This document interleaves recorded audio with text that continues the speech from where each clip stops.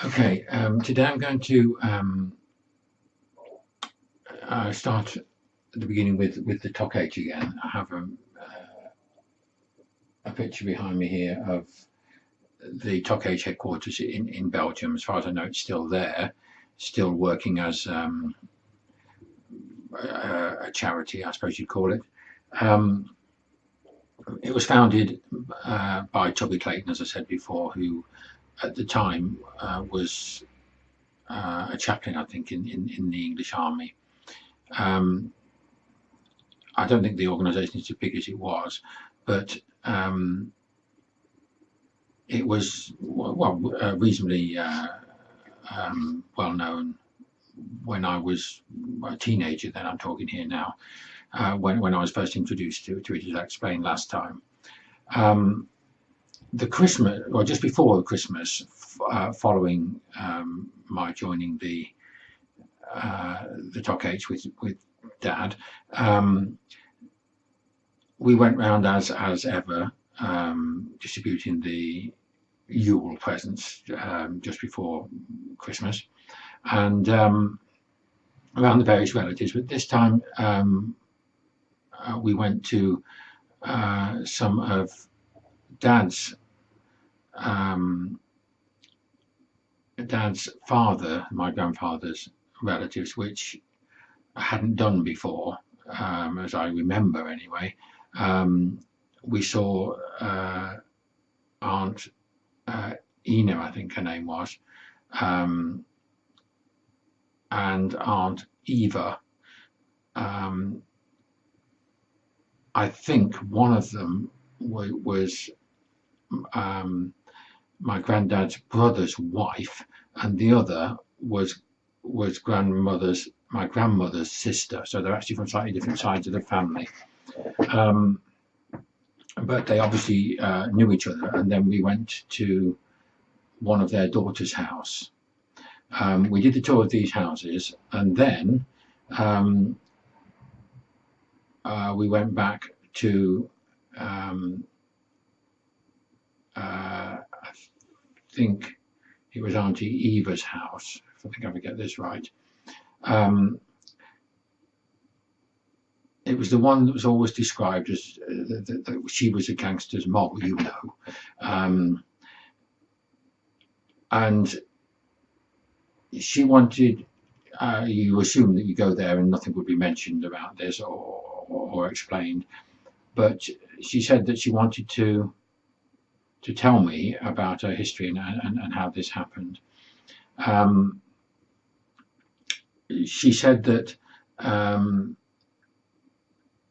husband, which I think I got this right, I think it's actually my great uncle, though I'm not clear on this, to be honest, or whether in fact it's her that's the relative, the blood relative.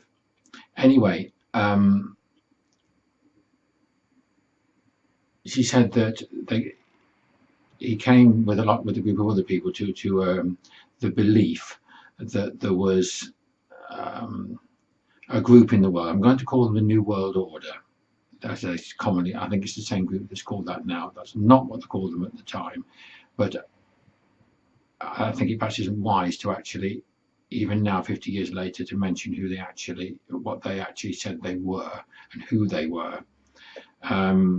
But we all know this. I think we recognise that there are people that control this world. That's who we're talking about. Who they are doesn't really matter for this purpose. They said that they want, when they say control it, they want to own everything, and everyone who's not part of them, and you can't decide to be part of them, works for them, and you will end up eventually with just enough to survive on, or indeed not to survive on, because they don't care whether you do or not.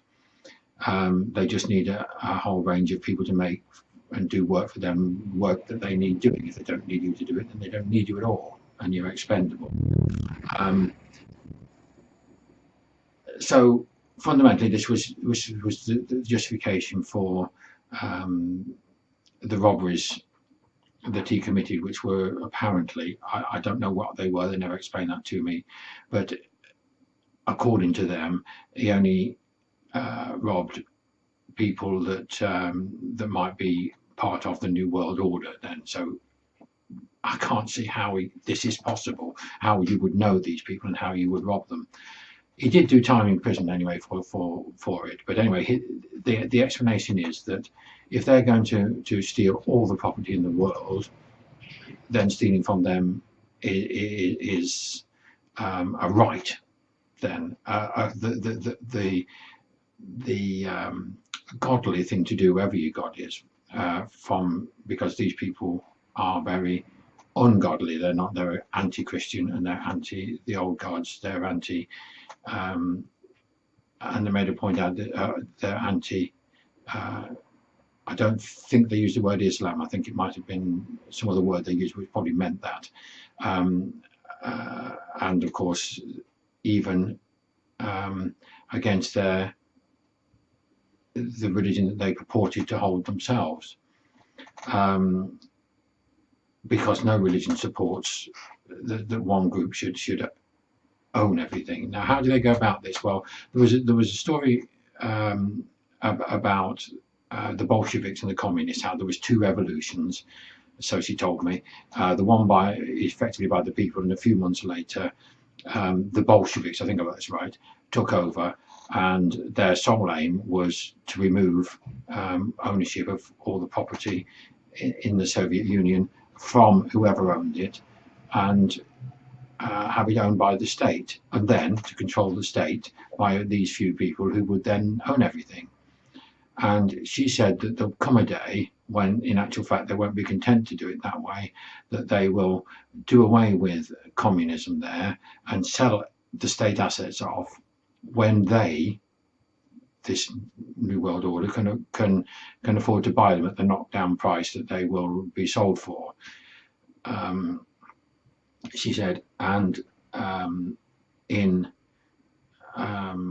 England, they've nationalised quite a lot of things: the steel industry, the railways, the mines, the electric, the gas, the things like the post office, and indeed there are a lot of mutual organisations as well, like mutual insurance companies. All these, while they remain as they are, she explained, were owned by the people, but in fact, of course, they're controlled by the state, and one day they will all be sold off at a cheap price. So the people will have paid taxes to buy them, and when they're sold, they won't have the money from the sale. So whoever owned them in the first place, they would have been robbed from them, and then the communal ownership by the people, it will simply be more or less robbed from them. She said that they've done away with proper money, so that they will be able to effectively print the money to buy it with one day.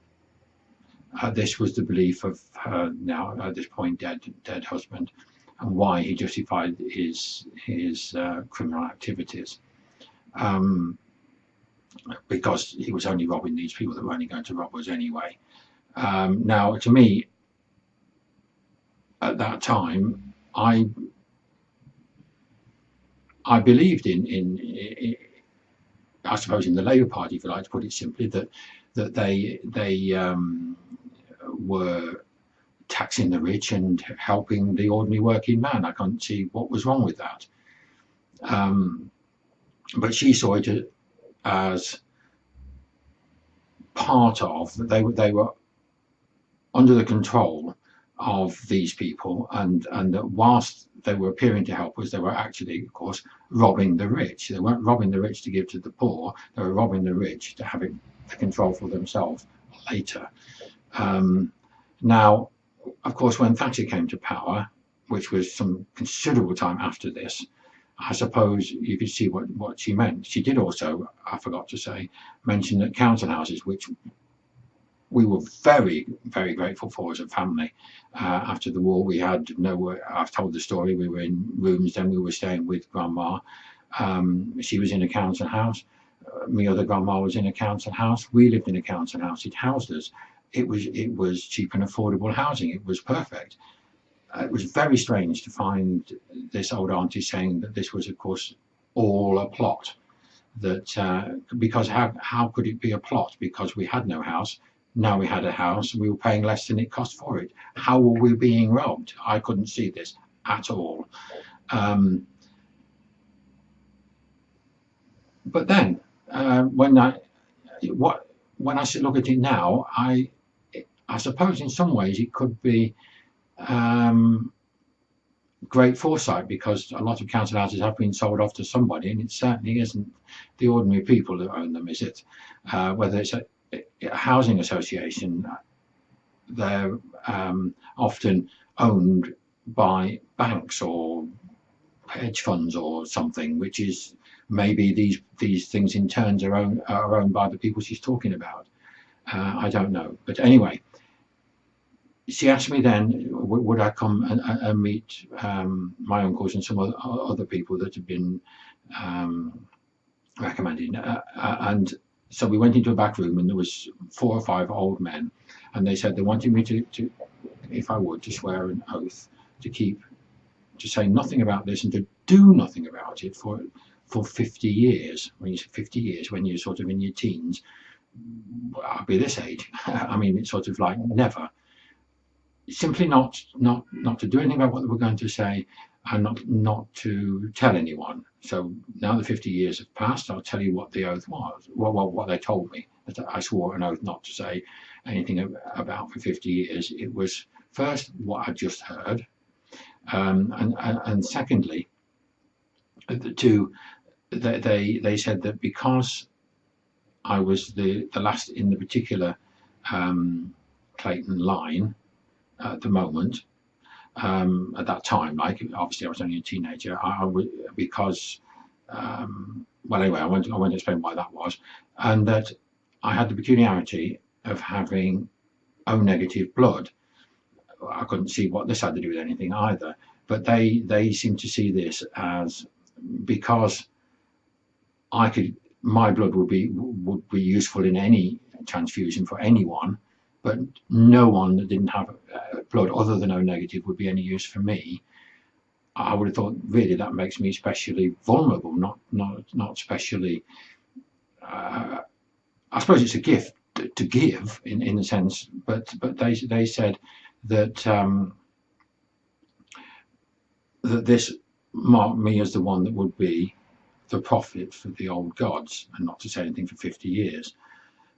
Well, you forget all about it, because it was just, I didn't even believe in what I'd been told. I couldn't see it at all. I thought this was just an excuse for robbery. I really did. I thought that socialism, in fact, was a reasonably good idea, at least in moderation. I could see that taxing the rich, I could see there was an argument that said that it harms the development of industry or whatever, if it's not profitable. And my father would always feel that you have to think of your boss. He has to make a profit, or there will be no work. And this encounter to that. No, what I mean, I'm getting mixed up slightly here.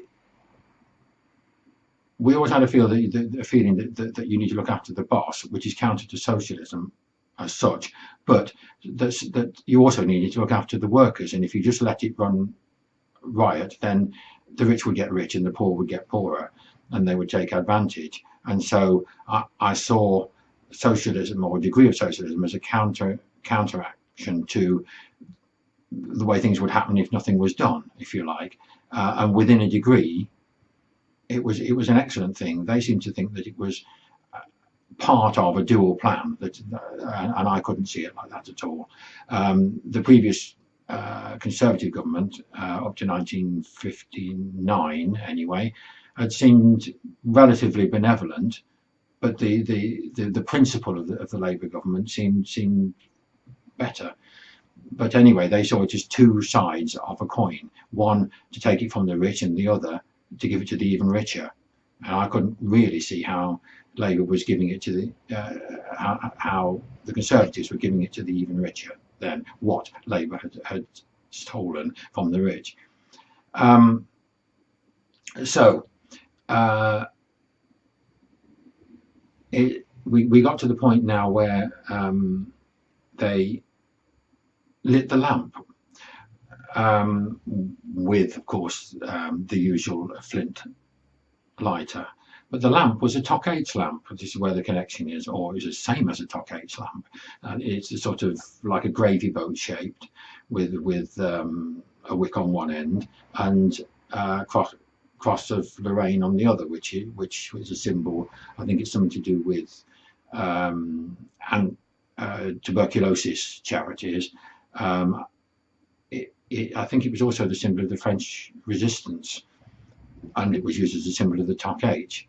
So what the connection with this meeting and the Toc H had, it seemed to have one, but I certainly can't see that it's an approved ideology by the Toc H. I think they were using the Toc H as some veneer of respectability for ultimately what were my dead uncle's crimes. It was all very, very strange at the time, and I forgot it and had no intention of ever saying any more about it until it sort of dawned on me recently that maybe they had a point. Not to commit the crime over the robberies, but maybe they had a point in the complaint that the riches in the world are being controlled by fewer and fewer people. That does seem to be a fact. So I feel that I should say that this happened. Now the problem is, and so what am I going to do about it? I suppose this was really what was asked of me, was to reveal this fact, but I don't think I'm by any means the only one to say something like this. I think it's everywhere. But the message then that you would give is that, well, this is because it's all connected by the weird. If you're aware of this message, if you're already aware of it, you've been told about it, you feel it, that now is the time. So what? I've no idea really. Then now is the time. Because they timed it just by random for around now.